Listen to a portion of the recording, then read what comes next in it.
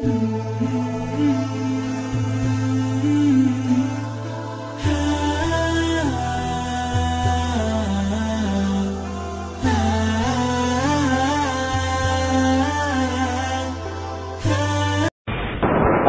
لله نحمده ونستعينه ونستغفره ونؤمن به ونتوكل عليه ونعوذ بالله من شرور أنفسنا ومن سيئات أعمالنا ونعوذ بالله من شرور أنفسنا ومن سيئات أعمالنا ونعوذ بالله من شرور أنفسنا ومن سيئات أعمالنا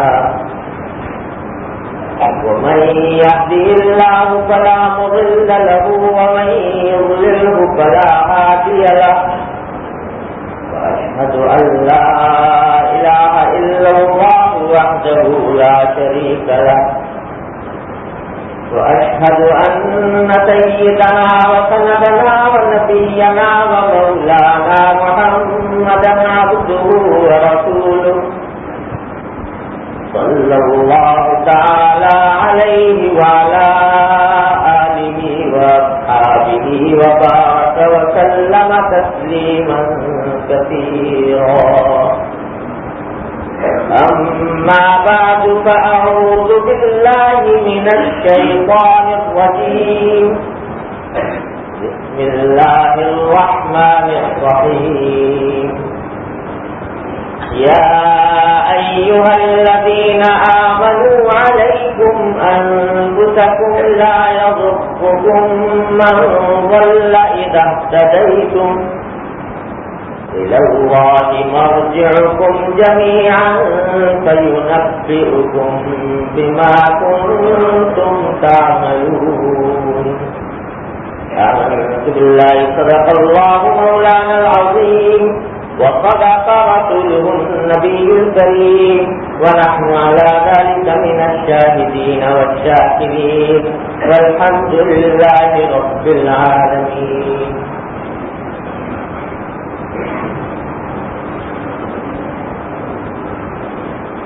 میرے محترم بزرگوں، دوستوں اور بھائیوں، السلام علیکم ورحمۃ اللہ وبرکاتہ۔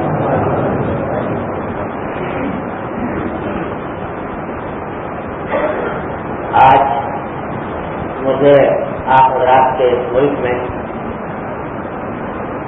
پہلی بار حاضری کا موقع مل رہا ہے اور یہاں آئے ہوئے ابھی چند ہی گھنٹے ہوئے ہیں اور اپنے محترم اور عزیز بھائیوں نے جس محبت، شفقت اور مہربانی کا معاملہ فرمایا، اللہ تبارک و تعالیٰ اس کی جزائے خیر ان کو عطا فرمائے۔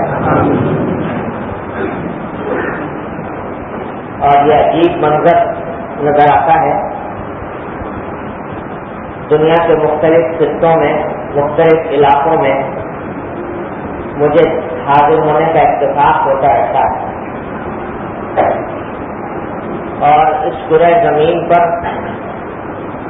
جہاں جہاں مسلمان آباد ہیں تقریباً اکثر جگہوں پر اللہ تبارک و تعالیٰ نے حاضری کی توفیق عطا فرمائی۔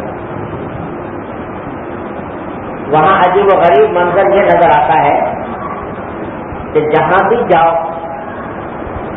جس سے بھی ملو، وہ اگرچہ ہماری زبان پوری طرح نہیں سمجھتا، ہم اس کی زبان پوری طرح نہیں سمجھتے، لیکن ایک عجیب و غریب محبت ہے، ایک عجیب و غریب تعلق ہے، ایک عجیب و غریب رشتہ ہے جو ایک دوسرے کو دیکھ کر دل میں محبت اور پیار اور مٹھاس کے جذبات پیدا کرتا ہے۔ ایسے بھی بعض ملکوں میں جانے کا اتفاق ہوا جہاں کے لوگوں سے کسی طرح کی کوئی بات کرنا ممکن نہیں تھا۔ میں اتفاق سے ایک مرتبہ چین حاضر ہوا تو وہاں کے لوگوں کی زبان ایسی کہ اس کا کوئی ایک لفظ بھی مجھے نہیں آتا اور میری زبان کا ایک لفظ بھی ان کو نہیں آتا، لیکن یہ منظر عجیب و غریب دیکھا کہ جب یہ سنا کہ ایک کوئی مسلمان دین کا طالب علم وہ پاکستان سے آیا ہے تو 4-4 5-5 گھنٹے لوگ برفباری کے اندر کھڑے ہوئے انتظار میں راستے کے اوپر آتے بچھائے ہوئے، اور جب ملاقات ہوئی تو اتنا بھی نہیں کہہ سکتے کہ ان سے ان کا حال معلوم کر لیں اور ان کو اپنا حال بتا دیں، صرف ایک کلمہ ہے جو دیکھ کر زبان پر آتا ہے اور وہ ہے السلام علیکم ورحمۃ اللہ، اور دیکھا کہ ان کے منہ سے السلام علیکم ورحمۃ اللہ نکلا اور اس کے ساتھ ساتھ آنکھوں سے آنسو جاری ہو گئے کہ ہم اپنے جذبات کا اظہار زبان سے نہیں کرتے۔ یہ کیا محبت ہے، یہ کیا تعلق ہے، یہ کیا رشتہ ہے جو سارے خون کے رشتوں پر، زبان کے رشتوں پر، وطن کے رشتوں پر غالب آیا ہوا ہے، جس کے اثرات دل میں محسوس ہوتے ہیں، ایک دوسرے کو دیکھ کر دل کی کلیاں کھلتی ہیں۔ یہ رشتہ کیا عجیب و غریب رشتہ ہے، غور کیجیے تو سوائے اس کا کوئی جواب نہیں ہوگا کہ یہ رشتہ ہے کلمہ لا الہ الا اللہ محمد رسول اللہ۔ اللہ تبارک و تعالی نے اپنے فضل و کرم سے، اپنی رحمت سے ہمیں یہ رشتہ عطا فرما دیا، لا الہ الا اللہ محمد رسول اللہ کا رشتہ۔ جہاں بھی چلے جاؤ اس رشتے کی مٹھاس محسوس ہوتی ہے، اس کا پیار معلوم ہوتا ہے، اس کی محبت معلوم ہوتی ہے۔ اللہ تبارک و تعالیٰ اس پیار، اس مٹھاس، اس محبت کو ہمیشہ قائم و دائم رکھے، اس کے اندر اور ترقی عطا فرمائے اور اس کے تقاضے پورے کرنے کی توفیق عطا فرمائے۔ تو آج اس وقت سے چونکہ آج ہی حاضری ہوئی اور ایک طویل سفر کرنے کے بعد حاضری ہوئی، تھوڑا سا طبیعت میں تھکان بھی تھا اور طبیعت کسی لمبی چوڑی تقریب کی متحمل نظر نہیں آ رہی، لیکن یہ مسلمانوں کے کھلے ہوئے چہرے دیکھ کر اور ان کی آنکھوں سے نکلنے والی محبت کی روشنی دیکھ کر ایسا معلوم ہوتا ہے کہ ساری تھکن ظاہر ہو اور اس کی وجہ سے کچھ کہنے کا حوصلہ ہو۔ تو دل میں یہ آیا کہ اس موقع سے فائدہ اٹھاتے ہوئے ایسی بات کی جائے جو میرے حق میں بھی فائدہ مند ہو، اللہ تعالیٰ اس کو میرے حق میں بھی فائدہ مند بنائے، سننے والوں کے حق میں بھی فائدہ مند بنائے، کیونکہ تقریر اور بات اپنی ذات میں مقصود نہیں ہوتا۔ خوب سمجھیں، تقریریں ہوتی رہتی ہیں، بات ہوتے رہتے ہیں، باتیں ہوتی رہتی ہیں، یہ رسمی طور پر اگر تقریر اور بات ہو تو اس کا کوئی خاص فائدہ نہیں۔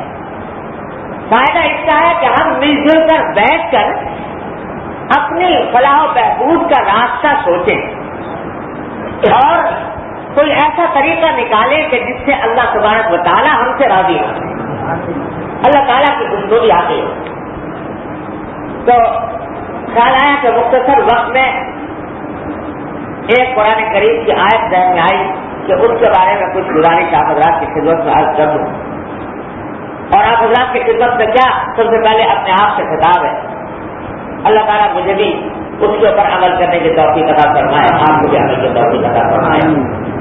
اور واقعہ یہ ہے کہ اگر قرآن کریم کی اس ایک آیت پر ہم اور آپ عمل پیرا ہو جائیں اور اس کی فکر ہمارے دلوں میں سوار ہو جائے، ہماری ساری مسائل دور ہو جائیں، ساری مشکلات ختم ہو جائیں، سارے مسائل کافور ہو جائیں۔ یہ عجیب و غریب قرآن کریم کا اعجاز ہے کہ ایک آیت بھی، چھوٹی سی چھوٹی آیت بھی ایسی ہے کہ اگر آدمی اسی کو لے کر بیٹھ جائے اور اس کے اوپر عمل کرنا شروع کر دے تو ساری مسائل حل ہو جائیں۔ یہ آیت کریمہ بھی ایسی آیت۔ اس سے پہلے کہ میں اس آیت کی تھوڑی سی تشریح آپ کی خدمت میں عرض کروں، ایک وہ حالات کا پس منظر تھوڑا سا ذکر کرنا چاہتا ہوں جس میں یہ آیت کریمہ ہماری عظیم رہنمائی کرتی ہے.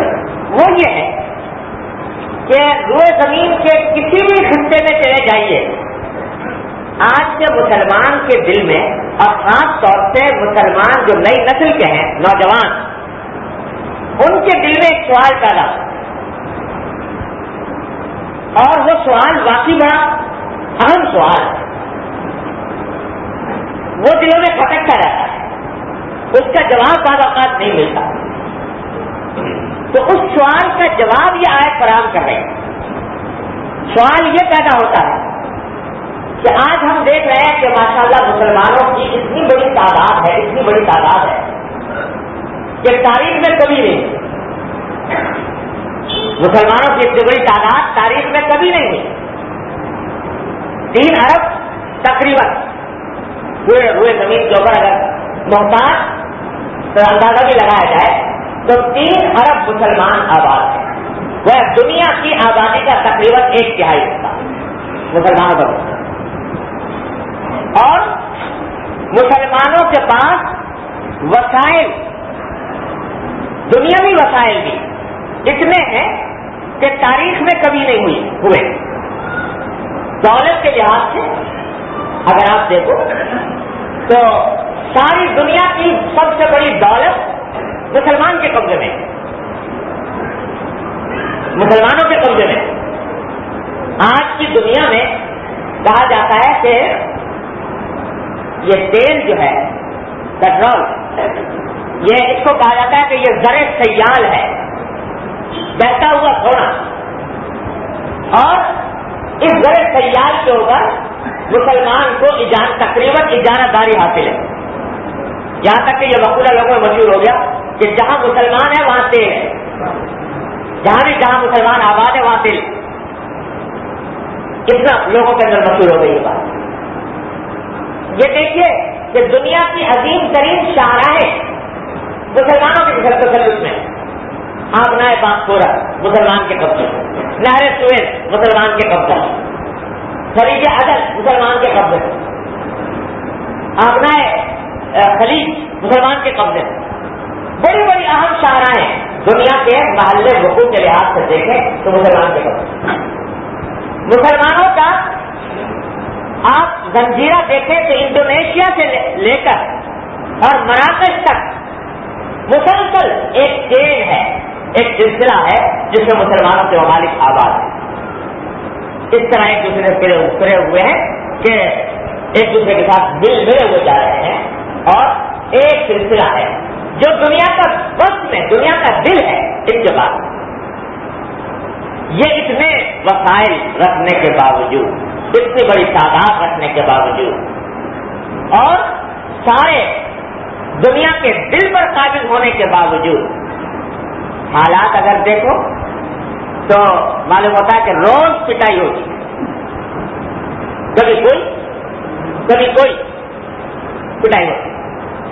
اور نبی کریم سرور دو عالم صلی اللہ علیہ وسلم کا ارشاد پورا ہو رہا ہے کہ سرکار دو عالم صلی اللہ علیہ وسلم نے فرمایا تھا کہ ایک وقت وہ آ جائے گا، مسلمانوں کے بارے میں ایک وقت وہ آ جائے گا کہ دنیا کی دوسری قومیں تمہیں کھانے کے لیے ایک دوسرے کو اس طرح دعوت دے گی جیسے دسترخوان کے اوپر لوگوں کو کھانے کی دعوت دی جائے، جاؤ اس کو کھا لو. تو صحابہ کرام نے پوچھا کہ یا رسول اللہ صلی اللہ علیہ وسلم، کیا اس وقت مسلمان کم ہوں گے، تھوڑے ہوں گے، جس کی وجہ سے لوگ ان کو کھانے کے لیے دوڑ رہے ہوں گے؟ تو سرکار دو عالم صلی اللہ علیہ وسلم نے فرمایا کہ نہیں، انکم یومئذ کثیر، اس دن تم بہت ہوگے، تعداد تمہاری بہت ہوگی، ولکنکم غثاء کغثاء السیل، لیکن تمہاری مثال ایسی ہوگی جیسے بہت سارے تنکے سیلاب کے اندر، طوفان کے اندر بہہ چلے جا رہے ہیں.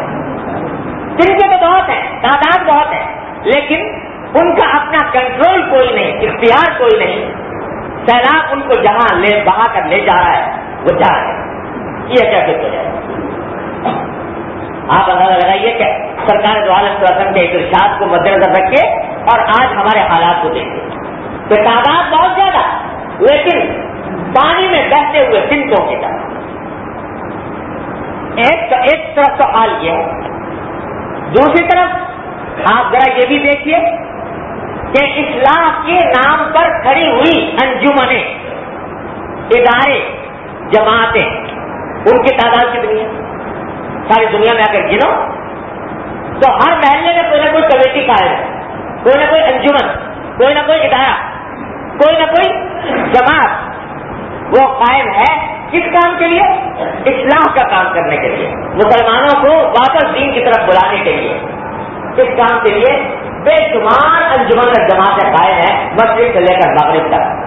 مجھے یہاں کا تو حال معلوم نہیں ہے، پہلی بار حاضر ہوا ہوں، لیکن پاکستان میں اگر میں یہ کہوں تو مبالغہ نہیں ہوگا کہ شاید کوئی محلہ مسلمانوں کا ایسا نہیں ہے جس میں کوئی نہ کوئی جماعت کا کام کرے، کوئی نہ کوئی انجمن کام نہ کرے. انجمن اصلاح مسلمین، انجمن ترقی و بہبود مسلمین، جماعت فلاں اور ادارے فلاں، بے شمار ادارے، انجمنیں، جماعتیں کام کر رہی ہیں. لیکن یہ سارا کام، اس کا نتیجہ دیکھو، اس کے نتائج میں جس کو آج کل کی اصطلاح میں کہتے ہیں کہ آؤٹ پٹ کیا، اس سے کیا نتیجہ نکل رہا ہے وہ دیکھو تو ایسا لگتا ہے کہ شوگر معاشرہ جو کا کیوں ہے، کوئی تبدیلی نہیں آتی. حالات جو کہ کیوں ہے، کوئی تبدیلی نہیں، الا ماشاء اللہ. لیکن ویسے کہ مجموعی معاشرے کو دیکھو تو کوئی بہت بڑا نمایاں فرق نظر نہیں. کیوں؟ ایک وقت وہ تھا کہ ایک اللہ کا بندہ کھڑا ہو گیا اور اس نے اللہ کے نام پر پکارا، لوگ اس کے گرد جمع ہوئے، زندگیاں بدل گئی، انقلاب آ گیا، سیرتیں بدل گئے، کردار بدل گئے، دنیا کی کایا پلٹ. لیکن آج وہی سیرت ہے، وہی قرآن ہے، وہی حدیث ہے، وہی کتاب اللہ ہے، لیکن حالات میں تبدیلی نہیں آتی. اس کی ایک بنیادی وجہ کیا ہے؟ یہ سوال پیدا ہوتا ہے، ہر شخص کے دل میں کبھی نہ کبھی ابھرتا ہے. تو قرآن کریم نے اس آیت کریمہ میں اس سوال کا جواب دیا. اگر وہ ہمارے دل میں اتر جائے، اللہ تعالیٰ اپنی رحمت سے اتار دے. وہ جواب اگر ہمارے دل میں اتر جائے اور وہ فکر ہمارے اندر پیدا ہو جائے تو انشاءاللہ اس سوال کا جواب مل جائے.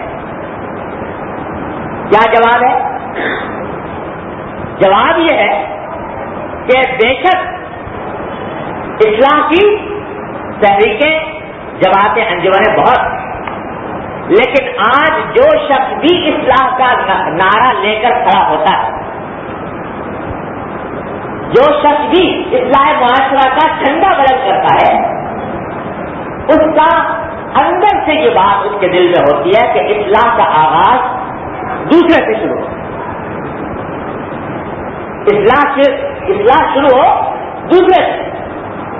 میں کھڑا ہو جاتا ہوں اصلاح کرنے کے لیے تو دماغ میں یہ میرے آ جاتا ہے کہ میں مصلح ہوں، قوم کی اصلاح کرنے والا ہوں.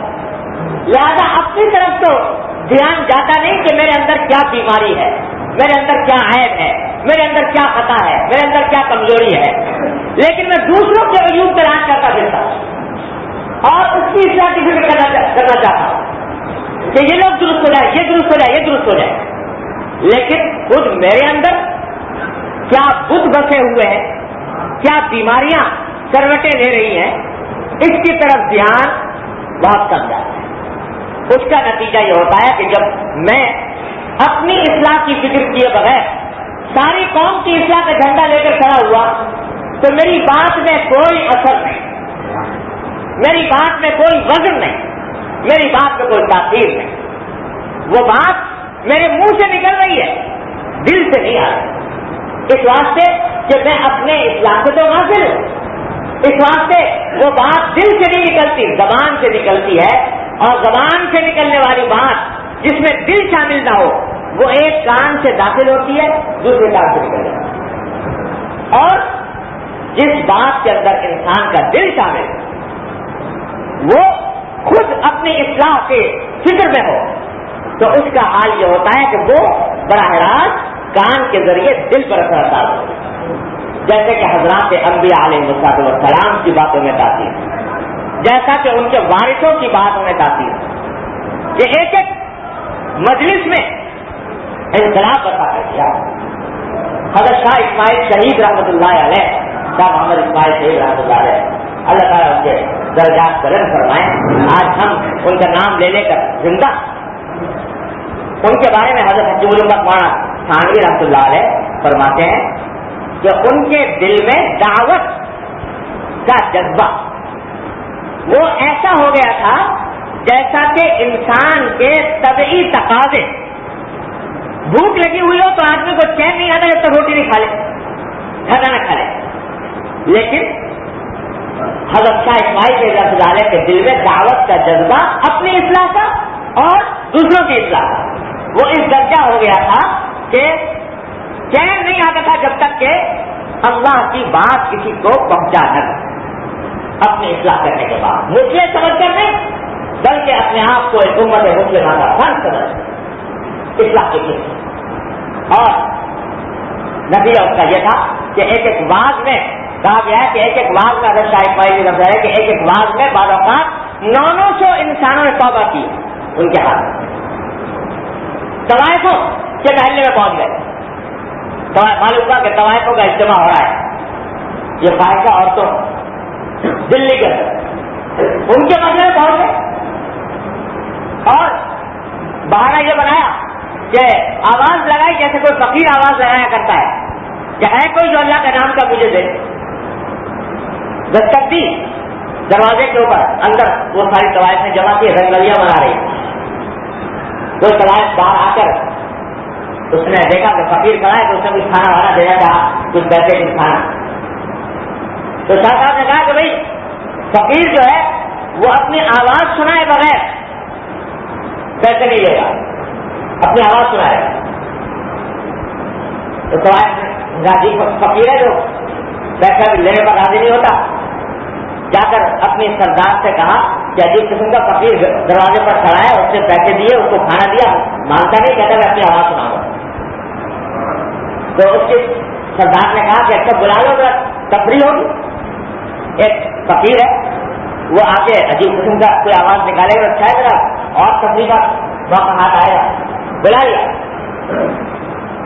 شاہ پہنچے اور خطبہ پڑھا اور قرآن کریم کی آیت تلاوت کی، والتین والزیتون وطور سینین وہذا البلد الامین لقد خلقنا الانسان فی احسن تقویم ثم رددناہ اسفل سافلین۔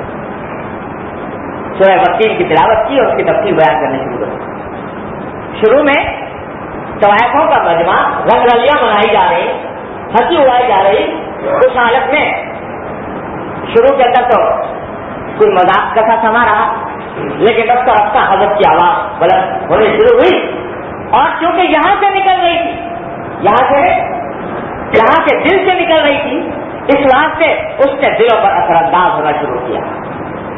اور تاریخ گواہ ہے کہ اسی مجلس میں جو طوائفوں کی سب سے بڑی سردار تھی وہ حضرت شاہ اسماعیل ہے کہ قدموں پر گر پڑا اور کہا کہ میں اپنی گناہ کی زندگی سے توبہ کرتی ہوں، خدا کے لیے میرے لیے کوئی راستہ نکالا۔ اللہ تبارک و تعالیٰ نے اس کو توبہ کی توفیق عطا فرمائی۔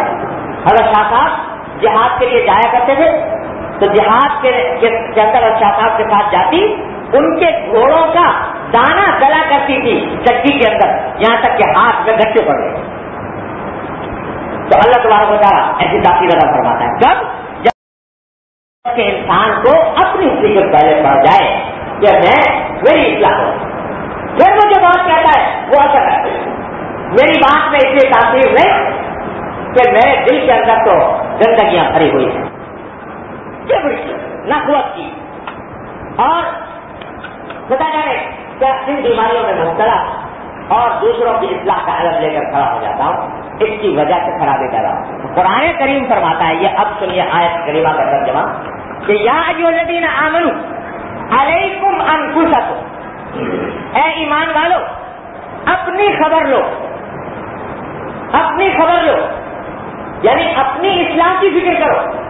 لا یضرکم من ضل اذا اهتدیتم، اگر تم راہ راست پر آ جاؤ تو اگر کوئی گمراہی پر جا رہا ہے تو اس کی گمراہی تمہیں نقصان نہیں پہنچائے اگر تم سے سیکھتے ہو سن سکتے ہو. الی اللہ مرجعکم جمیعا، تم سب کو بالآخر اللہ کی طرف لوٹ کے جانا ہے. فیربئکم بما کنتم تعملون، اللہ تبارک و تعالیٰ تمہیں بتائے گا جو کچھ تم دنیا کے اندر کیا کرتے. تو میں نے فرمایا کہ یہ جو آج ہمارا ایک عام معمول بن گیا ہے کہ جہاں 4 آدمی اکٹھے ہوئے اور انہوں نے تبصرہ شروع کر دیا کہ بھائی آج تو مسلمانوں کا یہ حال ہو گیا، لوگ جو ہے فلاں کام کرتے ہیں، فلاں کام کرتے ہیں، فلاں کام کرتے ہیں، لوگوں کے اوپر تان تشنی اور لوگوں کے اوپر اعتراض شروع ہو گیا. گویا اپنے آپ کو تو بڑی سمجھ لیا کہ میرے اندر تو کوئی خرابی ہے نہیں اور دوسروں کی خرابیاں گنانی شروع کر دی. قرآن یہ کہتا ہے کہ دوسروں کی خرابیاں گنانے کے بجائے تم اپنی فکر کرو تمہارے اندر کیا کیا عیب ہے. ہر انسان اپنا جائزہ کہ میرے اندر کیا کیا خراب ہے، مجھے کہاں کہاں اصلاح کرنے کی ضرورت ہے، اور جائزہ لے کر اپنی فکر کریں تو کیا ہوگا کہ کم از کم اگر ایک آدمی یہ کام کر رہا ہے تو ایک آدمی کی اصلاح ہو جائے، ایک آدمی درست ہو جائے. اور یہ قوم، یہ معاشرہ در حقیقت افراد ہی کا مجموعہ ہے. اگر ایک آدمی درست ہو گیا تو چراغ سے چراغ جلتا ہے، ایک سے دوسرا، دوسرے سے تیسرا، تیسرے سے چوتھا، اس طریقے سے درست ہوتے چلے جائیں گے. لیکن اگر ہر ایک آدمی دوسرے کی اصلاح کی فکر میں رہے، اپنی اصلاح کی فکر سے غافل رہے تو کام نہیں چلتا. یاد رکھو، اگر ایک مرتبہ اپنے اصلاح کی فکر ہو جائے، یہ فکر ہو جائے کہ مجھے اللہ کے سامنے جانا ہے، قبر میں جانا ہے، موت آنے والی ہے، اللہ جل جلالہ کے حضور حاضر ہونا ہے، اور اس وقت میں کیا جواب دوں گا اپنے اعمال کا، میرے جو حالات ہیں وہ اس کے اندر کیا کیا خرابیاں ہیں، کس طرح سے دور ہو تاکہ میں اللہ تبارک و تعالیٰ کے حضور حاضر ہو کر سرخ روئی کے ساتھ حاضر ہو سکوں. یہ اگر کسی کو فکر لگ جائے تو یاد رکھو کبھی دوسرے کی کہ عیوب پر اس کی نگاہ نہیں جاتی، اپنے ہی عیوب کے پیچھے پڑا رہتا ہے. میرے والد ماجد حضرت مولانا مفتی محمد شفیع صاحب حضرت اللہ سے ضرور فرمایا کرتے تھے کہ اگر ایک آدمی کے پیٹ میں درد ہو رہا ہے بہت تیز، تو بتاؤ وہ اپنے پیٹ کے درد کی فکر کرے گا یا یہ دیکھے گا دوسرے کو چھینک آ گئی، چھینک آ گئی، نزلہ زکام ہونے والا ہے اس کو، تو اس چھینک کی فکر کرے گا یا اپنے پیٹ کے درد کی فکر کرے گا. اگر پیٹ میں درد ہو رہا ہے، ناقابل برداشت ہے، تو کسی کو چھینک آئے یا نزلہ ہو یا زکام ہو، اس کو اس کی فکر نہیں ہوگی، چاہے گا کہ اس طرح میرا درد دور ہے. میں مثال دیا کرتا ہوں کہ میرے ساتھ ایک واقعہ پیش آیا. ایک مرتبہ میری ایک عزیزہ خاتون تھی، تو ان کے پیٹ میں درد ہوا کرتا. درد کوئی تکلیفناک نہیں تھا، یعنی کوئی خدا نہ کرے کوئی ایسی بیماری نہیں تھی جیسے کینسر اثر یا اس قسم کی کوئی بیماری نہیں تھی، لیکن جیسے گیس ٹربل ہوتی ہے تو اس قسم کا درد ہوا کرتا. تو ایک مرتبہ میں ان عزیزہ کو اسپتال لے جا رہا تھا، مگر ان کو ہر وقت اپنے درد کی طرف دھیان لگا رکھتا ہے، ایک نفسیاتی چیز کرتے ان کے اوپر تاری رکھتے کہ میں بہت بیمار ہوں. تو اسپتال میں لے کے جا رہا تھا، تو اسپتال کی لفٹ تھی، اس میں ان کو لے کر گیا. تو اسی وقت دیکھا کہ ایک خاتون وہ ویل چیئر کے اوپر سوار کوئی لے کر جا رہا تھا ڈاکٹر کے پاس. اس کے دونوں ہاتھ ٹوٹے ہوئے اور اس کے اوپر پلاسٹر بنا ہوا، اور اس کی ٹانگیں بھی ایسا لگتا تھا کہ کوئی فریکچر تھا، اس کے اوپر پلاسٹر بنا ہوا، کہ سینے کے اوپر جلنے کے نشان، اور ایسا لگتا تھا کہ آگ میں جلی ہے کیا صورت ہے. دیکھ کر آدمی کو عبرت ہوتی کہ کس طرح تکلیف میں ہے وہ خاتون. تو میں نے سوچا کہ یہ میری عزیزہ خاتون جو ہے ان کو ہر وقت اپنا پیٹ کے درد کی یاد آتی رہتی ہے، اس کا دھیان رہتا ہے. تو ذرا میں ان کو بتاؤں کہ ان کو دیکھو کہ دیکھو یہ کتنی تکلیف میں ہے، تاکہ خیال ہو کہ میری تکلیف کے مقابلے میں ہلکی ہے، اللہ تعالیٰ کا شکر ادا کرے. تو میں نے خاتون سے کہا دیکھیے یہ بیچاری کتنی تکلیف میں ہے یہ خاتون، اس کے ہاتھ پاؤں ٹوٹے ہوئے ہیں، سینہ جلا ہوا ہے، کس بزرگ میں بیچاری مبتلا ہے، اس کو ذرا دیکھیے. تو ان خاتون نے کہا کہ ہاں واقعی بیچارے کی ہاتھ پاؤں ٹوٹے ہوئے ہیں، یہ سینہ جلا ہوا ہے، لیکن اس کے پیٹ میں تو درد نہیں ہو رہا، جو پیٹ میں درد میرے ہو رہا ہے وہ اس کے نہیں ہو رہا.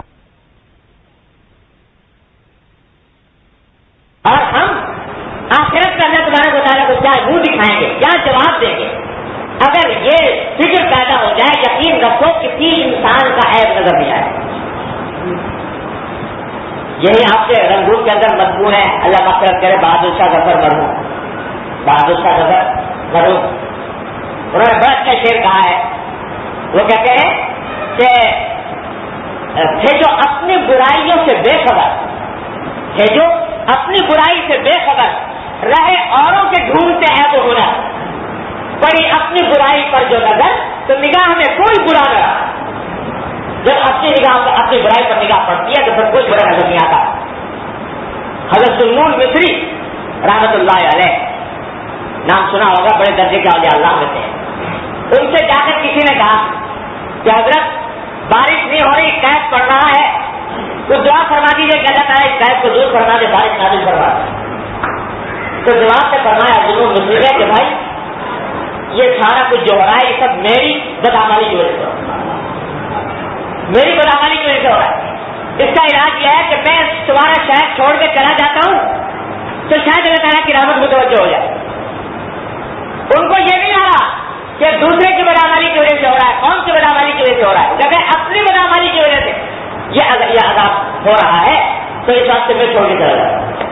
وہ سنون مصری جس کے بارے میں حالات میں لکھا ہے کہ رات کو جس وقت کھڑے ہوتے تھے تہجد جل کر تو ایسا معلوم ہوتا تھا کہ جیسے ایک شاخ کھڑی ہوئی ہے، لکڑی کی شاخ کھڑی ہوئی ہے جو ذرا بھی حرکت نہیں کرتی، اس طرح ساری رات گزارا کرتے تھے. لیکن پھر بھی اپنی اصلاح کی فکر ہے، اپنے بدعملیوں کا نظام. تو اگر یہ بات پیدا ہو جائے، اللہ تبارک و تعالیٰ اپنے رحمت سے پیدا کرے، تو پھر دیکھو ہر شخص کو، اگر ہر شخص کو یہ فکر پیدا کہ اللہ مجھے ٹھیک کر دے، میرے حالات درست کروا، میری عبادتیں درست ہو جائیں، میرے معاملات درست ہو جائیں، میرے اخلاق درست ہو جائیں، میرے عقائد درست ہو جائیں، میری معاشرت درست ہو جائے، اس کی طرف فکر پیدا کر دے تو دیکھو کیا ہوتا ہے، کیسے کیا ہو جائے. ساری بات بے فکری کی ہے، غفلت کی. عبادات اب ذرا سنیے تھوڑی. الحمدللہ مسجد میں بیٹھے ہوئے ہیں، نماز پڑھ کر بیٹھے ہیں، اللہ تعالیٰ کا فضل و کرم ہے، اس کا انعام ہے، اس نے نماز کی توفیق عطا فرمائی، اس کا کرم. ورنہ کتنے ہیں جو اس نعمت سے محروم. اللہ تبارک و تعالیٰ نے یہ نعمت عطا فرمائی اپنے فضل و کرم سے، بڑی نعمت ہے، بڑا شکر ادا کرنا چاہیے. لیکن ذرا یہ تو دیکھو کہ کبھی یہ خیال آتا ہے کہ میری نماز ٹھیک ہو رہی ہے کہ نہیں ہو رہی، میری نماز جس طرح ہونی چاہیے شریعت کے مطابق، سنت کے مطابق، اللہ کی مرضی کے مطابق ویسی ہو رہی ہے کہ نہیں ہو رہی. قرآن کہتا ہے کہ قد افلح المؤمنون الذین هم فی صلاتهم خاشعون، کہ فلاح ان مومنوں کے نصیب ہوتی ہے جن کی نماز میں خشوع ہو. یہ قرآن ہے. اور جگہ جگہ قرآن نے نماز کے ساتھ خشوع کو مطلوب قرار دیا. یہ بتائیے ہم میں سے ہر شخص اپنے گریبان میں منہ ڈال کر دیکھے کہ کیا یہ فکر ہوتی ہے دل میں، کبھی خیال آتا ہے، فکر ہوتی ہے کہ جو نماز پڑھ رہا ہوں اس کا خشوع حاصل ہے کہ نہیں. اگر ہوتی ہے بڑی اچھی بات ہے، لیکن اگر نہیں ہوتی تو اس کے معنی یہ کہ اپنی اصلاح کے راہ پہ بے فکر. قرآن کہتا ہے کہ اپنی فکر کرو، خشوع پیدا کرنے کی کوشش. اور خشوع پیدا کرنے کی یہ کوئی بہت مشکل کام نہیں ہے. یہ سمجھے لوگ تو بھائی تو بڑا کوئی بہت اللہ والا ہوگا، بہت ولی اللہ ہوگا تو خشوع اس کے استعمال میں ہوگا. اللہ تعالیٰ نے کوئی ایسا کام ضروری قرار نہیں دیا جس پر عمل کرنا مشکل ہو. خشوع حاصل ہونے کا واحد طریقہ یہ ہے کہ جب نماز شروع کرو تو اپنا دھیان ان الفاظ کی طرف لگاؤ جو زبان سے ادا ہو رہے ہیں. جب الحمدللہ رب العالمین کہا تو پتا ہو کہ میں الحمدللہ رب العالمین کہہ رہا ہوں اور اس کی طرف جا رہا. یہ نہیں ہے کہ نیت مان لی اللہ اکبر اور کہ سوئچ آن ہو گیا اور ایک آٹومیٹک مشین چل پڑی اور یہ بھی پتا نہیں کہ کس وقت کیا لفظ زبان سے ادا ہو رہا ہے، کون سی صورت پڑے گی کون سی صورت نہیں پڑے گی. بلکہ جو لفظ زبان سے ادا ہو اس کی طرف دھیان لگا دو. بس دھیان لگانے کے بعد اگر غیر اختیاری طور سے کچھ خیالات آ جائیں باہر کے تو اللہ تعالیٰ نے وہ معاف کیے، وہ خوشی کے منافی ہے. اللہ تعالیٰ کہتے ہیں معاف. اگر غیر اختیاری ہے، اپنے اختیار سے سوچ سوچ کر باتیں نہ سوچو، لیکن اگر غیر اختیاری طور پر خیالات آ رہے ہیں تو معاف. پھر جب دھیان آ جائے دوبارہ انہیں الفاظ کی طرف لوٹا، پھر خیال دوسری طرف چلا جائے، پھر جب دھیان آئے دوبارہ لوٹاؤ. یہ کرتے رہو تو نماز میں خوشی آ. بتائیے یہ کوئی مشکل کام؟ لیکن بات یہ ہے کہ دھیان نہیں، توجہ نہیں، فکر نہیں، اپنی طرف اپنی اصلاح کا خیال. نماز پڑھنے کھڑے ہو، لیکن یہ بھی تو کبھی سوچنے کی کوشش کی کہ حضور اقدس صلی اللہ علیہ وسلم نماز کس طرح پڑھا ہے؟ آیا میں ہاتھ ٹھیک اٹھاتا ہوں یا غلط اٹھاتا ہوں؟ ہاتھ صحیح باندھتا ہوں یا غلط باندھتا ہوں؟ رکوع صحیح کر رہا ہوں غلط کر رہا ہوں؟ اس بات کی فکر، اس بات کا دھیان پیدا ہوا کہ نہیں؟ اگر کوئی کہے کہ بھائی تمہارے اس میں نماز کے اندر فرق کمی رہ گئی، ارے میاں اللہ کا سب قبول کرتا ہے، اللہ کا بڑا قبول ہے، یہ جواب. فکر میں حضرات صحابہ کرام رضی اللہ تعالیٰ اجمعین کے حالات دیکھیے، ایک دوسرے کو دکھاتے تھے کہ بھائی ذرا میں نماز پڑھ کے دکھاتا ہوں، بتاؤ اس نماز میں کوئی خرابی تو نہیں؟ اگر خرابی ہو تو مجھے بتاؤ. ایک صحابی دوسرے کو پڑھ کے دکھایا، فکر لگی ہوئی ہے کہ نماز صحیح ہو رہی ہے کہ نہیں ہو رہی. تو بھائی عبادات انجام تو الحمدللہ دے رہے ہیں، اللہ تعالیٰ کا بڑا کرم ہے. اگر توفیق نہ ہوتی تو کیا کر لیں، بڑی نعمت. لیکن ساتھ ساتھ یہ فکر تو ہونی چاہیے کہ نماز درست ہو رہی ہے کہ نہیں ہو رہی، وضو درست ہو رہا ہے کہ نہیں ہو رہا، روزہ صحیح ہو رہا ہے کہ نہیں ہو رہا، زکات صحیح ادا ہو رہی ہے کہ نہیں ہو رہی. یہ عبادات کی. معاملات میں، معاملات سے تو دین کی چھٹی ہی ہو گئی. جب بازار میں جا کر بیٹھے تو اس کی فکر کہ حلال کیا ہے، حرام کیا ہے، جائز کیا ہے، ناجائز کیا ہے، اس کی فکر. تو یہ کیا دل میں خیال پیدا ہوتا ہے کہ جو روٹی کھا رہا ہوں، غذا کھا رہا ہوں، یہ اللہ کے حکم کے مطابق حلال ہے کہ نہیں؟ اگر نہیں ہوتا تو قرآن کہتا ہے علیکم انفسکم، اپنے جان کی فکر کرو، کیونکہ اگر حرام کا لقمہ جا رہا ہے تو حدیث میں نبی کریم سرور دو عالم محمد مصطفیٰ صلی اللہ علیہ وسلم نے ارشاد فرمایا کہ حرام مال سے جو گوشت انسان کے جسم پر اگتا ہے وہ جہنم کا ایندھن ہے. جو حرام کھانے سے گوشت بنا جسم کے اوپر وہ جہنم کا ایندھن ہے. تو یہ فکر کہ لقمہ جو جا رہا ہے وہ حلال کا جا رہا ہے کہ حرام کا جا رہا ہے. اخلاق حضور اقدس نبی کریم صلی اللہ علیہ وسلم نے فرمایا کہ ساری برائیوں کی ایک برائی تکبر ہے. بڑائی کبر، یہ فکر ہوتی ہے کہ میرے اندر بڑائی ہے کہ نہیں. حسد، بغض، عداوت اور ریا، دکھاوا، نام و نمود. نیکی کر رہا ہے لیکن دوسروں کو دکھانے کے لیے کر رہا ہے، ریا کے لیے، تو ساری نیکی بیکار جا رہی ہے. تو یہ فکر کہ آیا میرے اندر یہ خرابی تو نہیں ہے. قرآن نے اس کو حرام قرار دیا، حدیث نے حرام قرار دیا، یہ کام میرے اندر موجود ہے کہ نہیں. یہ اخلاق.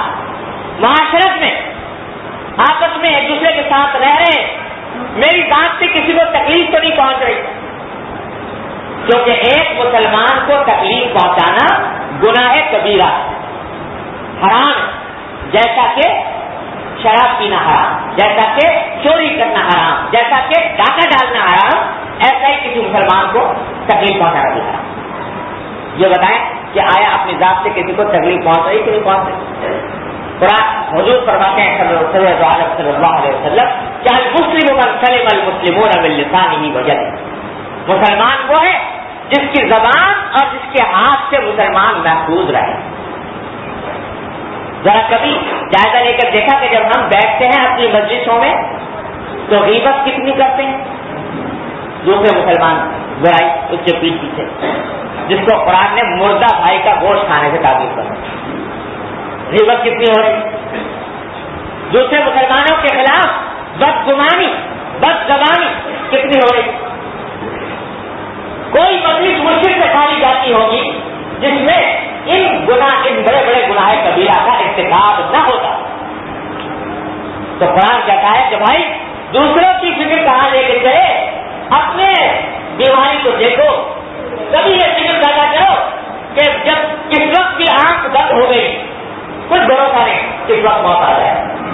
جس وقت آنکھ بند ہو گئی, اللہ کے سامنے حاضر ہو گئی, اگر سوال ہو گیا کہ تم غیبت کرتے تھے, تم جھوٹ بولتے تھے, تم دوسروں کی دلاداری کرتے تھے, تمہاری عبادات میں یہ نقص تھا, تمہارے معاملات کی خرابی تھی, بتاؤ کیا جواب. تو ان کی فکر پیدا کرو. علیکم انفسکم, اپنی فکر کرو. لا یضرکم من ضل اذا اهتدیتم, یہ دوسرے سوال کا جواب دو. آج جب یہ کہا جاتا ہے تمہیں جھوٹ نہ بولو, غیبت نہ کرو, فلاں کو ہے برا کام نہ کرو, تو جواب یہ ملتا ہے کہ بھائی کیا کریں, سارا معاشرہ ہی خراب ہے. سارا معاشرہ خراب ہے تو اس معاشرہ جیسا جس معاشرے کے اندر پیدا ہوئے ہیں اسی معاشرے کے حالات سے دوچار ہے, جیسے سب ہے ایسے ہم بھی. تو اس میں کیسے اپنے آپ کو درست کریں, کیا کٹ جائیں, دنیا سے کٹ جائیں, معاشرے سے کٹ جائیں, الگ ہو جائیں, یہ سوالات بکثرت ہوتے ہیں. قرآن کہتا ہے کہ لا یضرکم من ضل اذا اهتدیتم, اگر تم راہ راست پر آ جاؤ, اپنی اصلاح کر لو, تو اگر کوئی گمراہی میں جا رہا ہے تو وہ تمہیں نقصان نہیں پہنچا. اس کا معاملہ اس کے ساتھ, تمہارا معاملہ. اس کو اپنے قبر میں چھوڑنا, تم کو اپنے قبر میں چھوڑنا. اس کو اپنے اعمال کا جواب دینا, تم کو اپنے اعمال کا جواب دینا. لہذا اس کی بات تمہارے لیے کوئی وجہ جواب نہیں کرتی. اگر الی اللہ مرجعکم جمیعا, تم سب کو لوٹ کے جانا ہے اللہ کی طرف, فینبئکم بما کنتم تعملون, وہاں اللہ تعالیٰ تم کو بتائے گا کہ کیا عمل تم کر رہے تھے, سب کو پتہ چل جائے گا. تو بھائی یہ قرآن کریم کی چھوٹی سی آیت ہے, لیکن قرآن کریم کی کوئی آیت چھوٹی نہیں ہوتی. ہر آیت بڑی, معنی کے اعتبار سے, مفہوم کے اعتبار سے. تو اس میں ایک بہت بڑی بنیادی ہماری بیماری کی نشاندہی یہ کی گئی ہے کہ ہم اپنی اصلاح کی فکر سے غافل ہیں. میں سب سے پہلے اپنے آپ سے اور پھر اپنے بھائیوں سے یہ گزارش کرتا ہوں کہ تقریریں بہت ہوتے ہیں, لیکن کبھی کبھی اس مقصد کے تحت بیٹھا کریں کہ ہمارے ساتھ کیا بیماری ہے, کس طرح کی ہے. تو اس کے لیے آج اگر ہم اس بات کا اہتمام کریں, ہم میں سے ہر شخص اپنی صبح سے لے کر شام تک کی زندگی کا جائزہ لیں. صبح کو میں کس وقت اٹھتا ہوں, کیا کرتا ہوں, اور نماز کیسی پڑھتا ہوں, عبادت کیسی کرتا ہوں, معاملات کیسے کرتا ہوں, روزی کیسے کماتا ہوں, دوسروں کے ساتھ کیسے پیش آتا ہوں, اور اپنے عیوب کی فہرست بنائیں. دوسرے کے عیوب کی فہرست بنانے کے بجائے اپنے عیوب کی فہرست بنائیں کہ میرے اندر فلاں فلاں عیب ہے, فلاں فلاں خرابیاں ہیں, میں کبھی کبھی جھوٹ بول دیتا ہوں, میں کبھی کبھی غیبت کر دیتا ہوں, میں کبھی کبھی نماز چھوڑ دیتا ہوں مثلا والعیاذ باللہ, یا کوئی بھی میری نماز کے اندر جائزہ لے کے دیکھو کہ کیا خرابی. تو اس کی فہرست بنا کر اس کی فکر پیدا کر لے, اس کا درد اپنے دل میں لگا لے کہ یہ بیماری کس طرح میری دور ہو. تو اگر ایک ایک کر کے بھی مٹانے کی, ان بیماریوں کو ختم کرنے کی فکر کریں گے تو انشاءاللہ ثم انشاءاللہ ترقی ہو, فائدہ ہوگا, بیماریوں سے نجات ملے گی. اللہ تبارک و تعالیٰ کے حضور انشاءاللہ خوشنودی آپ کو. اور اگر اس کی غفلت کی حالت میں زندگی گزرتی ہے جیسے گزر رہی, اگر کبھی خیال آتا بھی ہے تو شیطان اور نفس یہ کہہ کر ٹال دیتا ہے کہ میاں ٹھیک ہے ذرا ابھی کل پرسوں کو دیکھیں گے, پھر اس نام سے ذرا سب کو موقع ہوگا, فرصت ملے گی, آرام کا وقت ہوگا تو اس وقت میں یہ کر لیں. یہ اسی طرح چلا کر جا رہا ہے, چلا کر جا رہا ہے, چلا کر جا رہا ہے. ارے کیا گارنٹی لے کر آئے ہو کہ 100 سال جیو گے, یا اللہ تعالیٰ نے کوئی ضمانت دے رکھی ہے کہ اتنی عمر ضرور ہونی ہے. کچھ پتہ نہیں کہ کس وقت پیغام آ جائے اجل کا, اور انسان بہتر ہے. اس بات سے قرآن کریم فرماتا ہے سارعوا الی مغفرۃ من ربکم وجنۃ عرضها السماوات والارض پروردگار سے مغفرت حاصل کرنے کے لیے اور اس جنت کے حاصل کرنے کے لیے جس کی چوڑائی آسمان اور زمین کے برابر ہوگی. تو بھائی ذرا سا یہ فکر ہم پیدا کر لیں اور ایک جائزہ لے لیں. میں کہتا ہوں ہر آدمی اپنے لیے بہی کھاتا بناتا ہے. تجارت جب کرتا ہے تو بہی کھاتا, حساب, اکاؤنٹ, اسٹاک ٹیکنگ, یہ سب تجارت میں یہ سارے کام ہوتے ہیں. تو کبھی کبھی یہ تجارت جو ہم نے طے کی ہے نا, اللہ تعالیٰ فرماتے ہیں کہ میں نے تمہاری جانیں خرید لی ہیں. ان اللہ اشترى انفسهم واموالهم بان لهم الجنة. قیمت لگ چکی ان جانوں کی, اس کی قیمت میں جنت ملنے والی ہے. اللہ تعالیٰ نے خرید لی ہے. یہ تجارت کی ہے. هل ادلكم على تجارة تنجيكم من عذاب أليم. یہ تجارت ہے.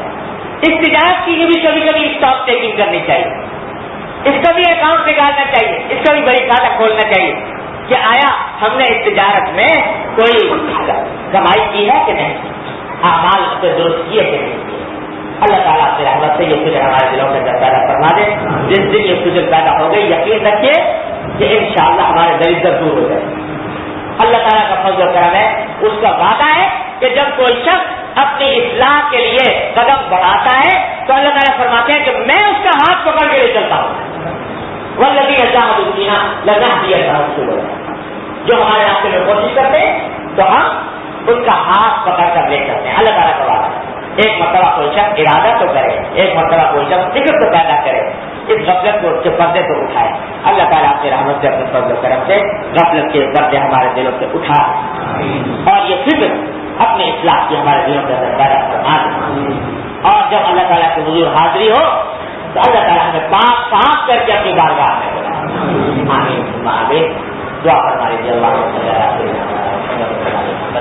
کما صلی یا الراحمین فضل کرم سے ہمارے تمام گناہوں کو معاف. اللهم ربنا ظلمنا انفسنا وان لم تغفر لنا وترحمنا لنكونن من الخاسرين. یا الراحمین فضل کرم سے ہمارے تمام گناہوں کو معاف کر. یا اللہ ہمارے اعمال و اخلاق کی اصلاح کر. یا اللہ اپنی اصلاح کی فکر ہمارے دلوں میں پیدا کر. یا اللہ اپنی برائیوں اپنی بیماریوں پر نظر عطا فرما. یا اللہ اپنی رحمت سے اس کے ازالے کی فکر عطا فرما. یا اللہ اس کا دھیان عطا فرما. یا اللہ اس کی توفیق عطا فرما. یا الراحمین اپنے فضل و کرم سے رحمت سے ہماری ظاہر و باطن کی اصلاح فرما. یا